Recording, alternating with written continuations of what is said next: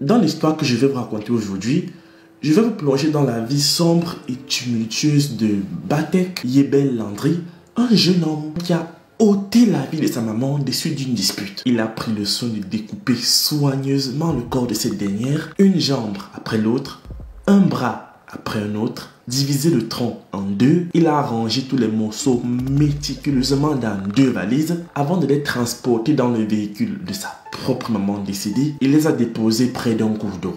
Les amis, vous aviez certainement ou même pas du tout entendu parler de cette affaire. Mais ce que vous allez découvrir dans cette vidéo, vous n'y êtes pas du tout préparé.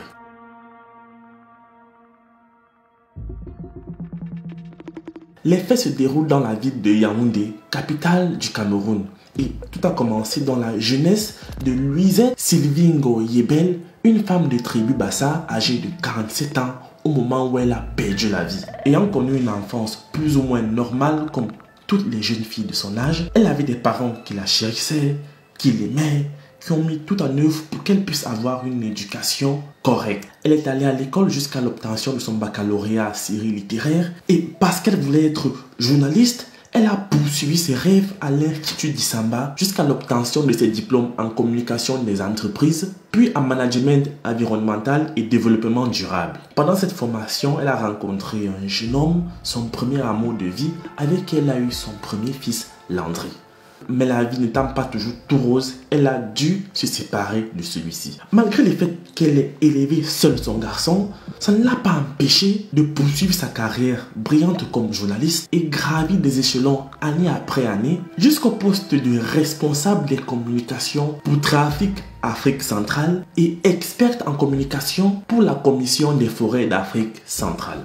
Louisette s'est mariée en début de carrière avec M. Funga, quelqu'un aisé financièrement avec une bonne position sociale, avisé, compréhensif et surtout un mari très aimant. Ils ont fait le projet de vie ensemble, ils ont eu 4 enfants et se sont installés dans le quartier Odia, toujours à Yaoundé. Vous allez donc comprendre que c'est sous le toit de M. Funga que Landry va commencer à manifester ce comportement répréhensible.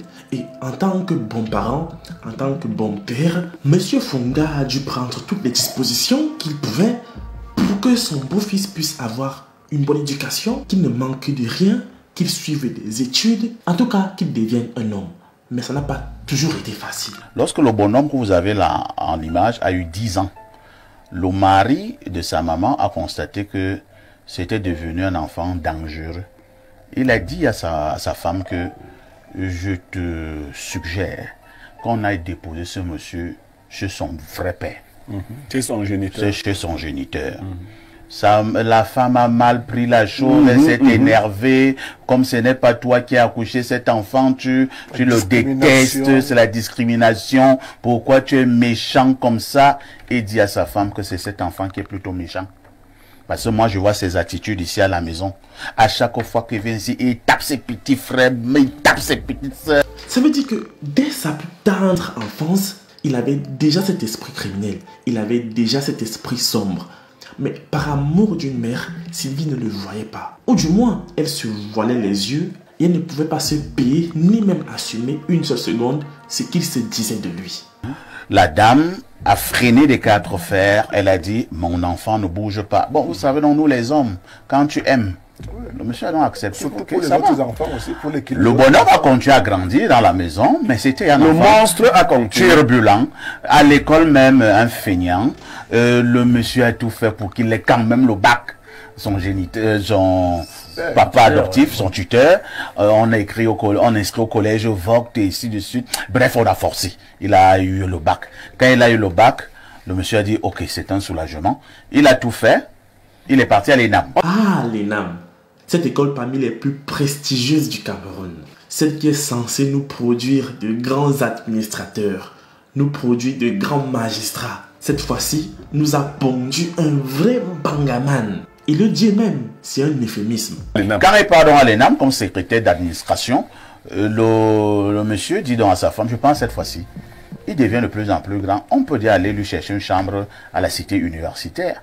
La femme, bref, mais cette fois-là quand même, le garçon est sorti. On allait louer une chambre pour lui à la cité universitaire. Étant là-bas à l'ENAM, on a failli le chasser de l'ENAM. Et pourquoi? Il a volé. C'est-à-dire que sur son banc, ils sont deux. Son camarade se lève pour aller au petit coin. Quand il revient 5-10 minutes plus tard, le camarade se rend compte que son argent qui était dans le sac n'existe plus. Il lui dit, mais comment? Mon Alénam, mon argent n'existe plus. Où est mon argent? Je parle de quoi? Il ne sait pas, dit non. C'est toi qui as pris mon argent. Remets-moi mon argent. Il dit, ce n'est pas moi. On le fouille, on découvre qu'effectivement c'est lui qui a pris l'argent de son camarade. On a failli l'exclure. La maman est repartie. Elle est repartie à l'ENAM pour aller encore étouffer l'affaire. Pour qu'on ne puisse pas exclure ce vampire. Vous savez les amis, notre entourage est responsable à 80% de ce que nous devenons. Et ce qu'on peut aisément comprendre, c'est que de la même façon que Sylvie a fermé les yeux sur le comportement exécrable de son fils, à savoir qu'elle l'a toujours aimé, elle a toujours pris son parti, elle l'a toujours défendu, et bien de même, l'ENAM n'a pas du tout rattrapé le coup. Pourtant, elle est connue pour sa rigueur, pour sa discipline. Et là, elle se laisse amadouer par les pleurs d'une maman vis-à-vis d'un fils qui est en fait un vieux avec déjà une barbe et des poils, pour ne même pas dire qu'il connaît déjà les femmes. Ah, j'allais oublier que malheureusement au Cameroun, l'argent achète tout. C'est triste, mais c'est le cas. Finalement, il sort de l'ENAM et en attendant d'être affecté sur un poste, parce que oui, l'intégration n'est plus automatique même dans ces écoles-là, Landry n'a donc pas de source de revenus et comme il a toujours été un enfant gâté à qui on a tout offert, c'est donc donné à cœur joie au jeu de hasard et à la consommation du Kior. D'après ceux qui sont proches de lui, ils disent que ce gars était capable de vendre littéralement toute sa famille pour le Kior. C'est alors qu'un jour, dans un besoin cruel et urgent d'argent, il a décidé de se rapprocher de sa grand-mère. Et la suite, écoutez très bien. Sa grand-mère était une caissière à l'église, je pense, presbytérienne camerounaise. Il voulait de l'argent. Il est parti là-bas. Il a étouffé sa grand-mère. En effet, les amis, il a commencé par demander gentiment de l'argent à sa mémé, qui n'a visiblement pas voulu lui donner. La situation a donc dégénéré et dans le feu de l'action, il l'a étouffée et elle est morte. Bien évidemment, les voisins ont entendu des cris, ils ont écouté un peu du vacarme et lorsqu'ils viennent se renseigner à savoir mais qu'est-ce qui se passe, avec qui tu fais les bruits, où est la grand-mère, celui-ci les répond clairement et tranquillement qu'elle est partie à Mokolo. Peut-être pour faire des courses, on ne sait pas trop. Lorsque sa maman, Sylvie, rentre le soir, elle trouve Landry avec le téléphone de sa grand-mère à main. Et bon, elle ne prête pas trop attention. Et entre ce moment-là et celui où elle a découvert sa mère sans vie sur le lit, Landry avait déjà pris la poudre d'escampette.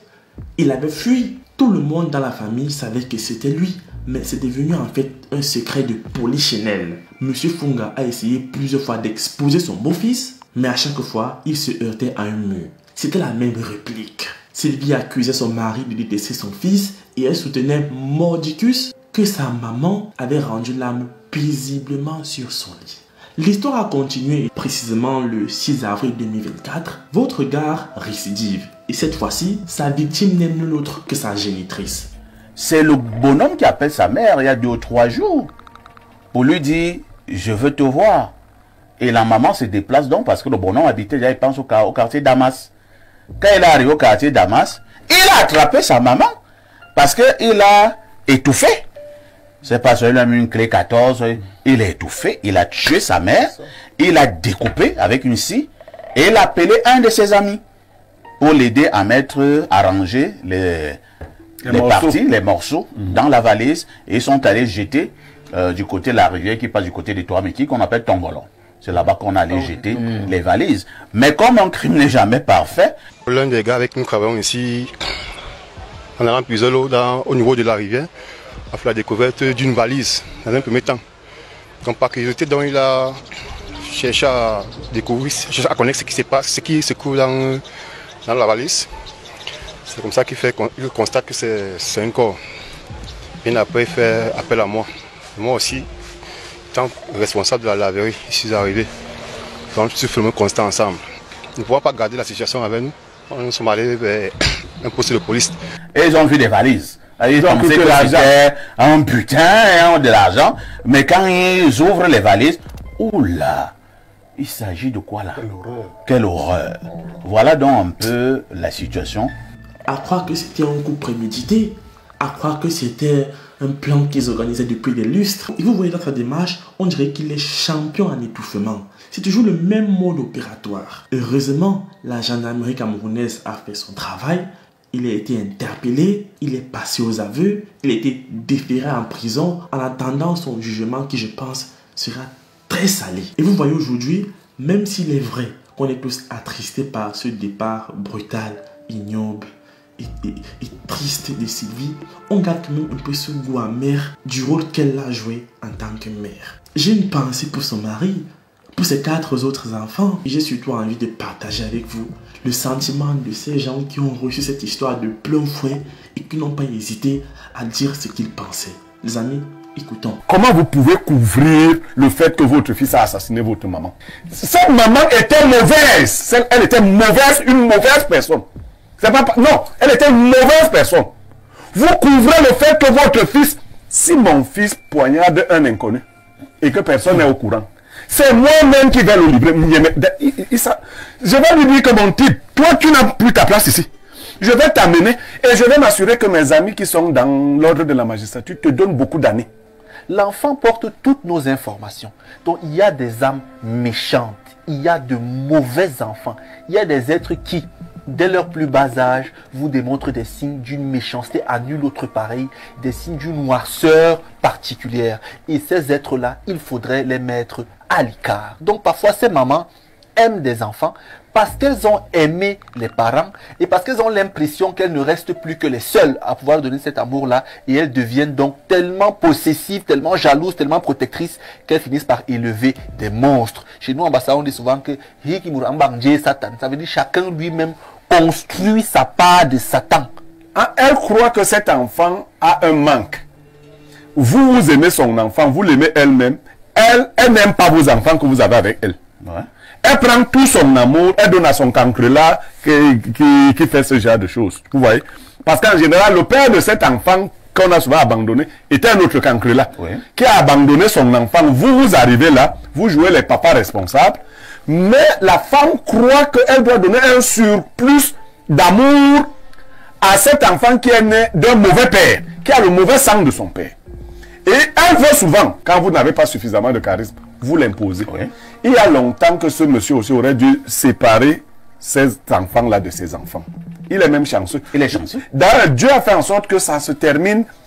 Il a été si bon que Dieu a dit que non, votre criminel, s'il va seulement vous tuer vous-même. Oui. Vous-même. Cette femme a énormément péché. Bien sûr. Parce que vous savez, il y a certaines femmes... Et de celles qui sont en train de faire les mêmes choses avec la... Il y a certaines femmes ici, elles n'ont pas voulu ça. Peut-être que là, dans son cas, c'était une relation amoureuse de jeunesse et consentante. Mais d'autres sont violées par des criminels. Ouais. Vous conviendrez aussi avec moi. Bien sûr. Mais il y a une responsabilité parentale, quelles que soient les origines de l'enfant, pour essayer de le mettre sur les rails, quel que soit lambda. Elle a fauté. Beaucoup. C'est une faible. Cette femme est une faible. Non, elle a énormément embarrassé son mari. C'est l'amour maternel. Oui, c'est un mauvais amour maternel. Je dis, elle a énormément embarrassé son mari. Parce que moi, j'aurais été le mari. Non, monsieur, j'aurais été le mari de cette dame. Qu'on aurait des problèmes. Ce qui sort du ventre de la maman fait très mal. On a passé le temps à traiter quelqu'un qui ataviquement vient d'un criminel comme un neuf. Ouais. En réalité, voilà ce qui est arrivé. Alors le petit roitelet criminel, qui porte les gènes de la criminalité en lui, il a commencé à régenter la maison d'autrui. Oui. Je vous dis que le monsieur, pendant que si vous regardez cette émission, ça fait il défilé devant lui. Il le film. Il a subi des choses que vous ne pouvez même pas imaginer. Je dis, ce monsieur a vécu l'enfer. Je vois un peu le genre de maison où tu veux reprendre l'enfant. Tu ne peux pas. Parce que vraiment ta femme, etc., elle sera là tout le temps pour te traiter du mari qui ne veut pas supporter l'enfant parce que ça vient pas de toi, patati patata. Oh, toi, tu vois le mal. J'ai connu un enfant, son père l'a mis en cellule. Il a dit à son père, j'espère que... Quand il va sortir. J'espère que je vais mourir ici. Que je vais mourir ici. Il a dit à son père que si je sors et que je te trouve. Bon, Horrible, c'est terrible. Vous voyez, dans son père, le papa là a été obligé de négocier. Le papa là me demandait, mais qu'est-ce qu'il faut faire? Je lui dis, mon frère, si mon fils me dit ça, quel ultimatum? Lui-même va voir. Lui-même va voir. Et je vais te faire voir. Et d'ailleurs, je crois que mes enfants peuvent être chanceux parce que j'ai perdu un enfant il y a quelques années. Ouais. C'est peut-être parce que quand je pense à la mort de mon fils, j'ai le cœur doux. Si je n'avais pas... Tu me fais ça... C'est moi qui organise quelque chose sur toi, avant toi, hein. C'est-à-dire que... moi, je suis un peu là. Si tu me fais une telle menace, que j'espère que non, je veux dire que nous avons donné trop de force aux enfants. Aujourd'hui, les enfants grondent les parents. Oui. Les enfants arrachent l'argent des parents. Oui. Les parents sont en insécurité dans leur propre maison. Vous voyez une maman qui vous dit, on ne sait plus où mettre l'argent quand Hervé est là. Incroyable. C'est-à-dire Hervé est la terreur. Quand Hervé arrive, on dit qu'il vient les vendredis.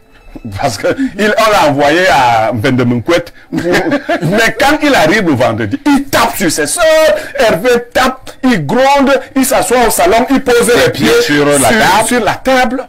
Et on dit, on va faire comment? Non. Les enfants sont une bénédiction de l'Éternel. Les enfants ne sont pas notre raison de vivre. Non. Ils le font non, les enfants ne sont pas notre raison de vivre. Il faut les traiter avec la plus grande rigueur. On arrive à la fin de cette vidéo, les amis. Alors, je vous invite à la partager pour sensibiliser, pour éduquer, pour prévenir. Et moi, je vous dis à très vite pour notre vidéo. Ciao.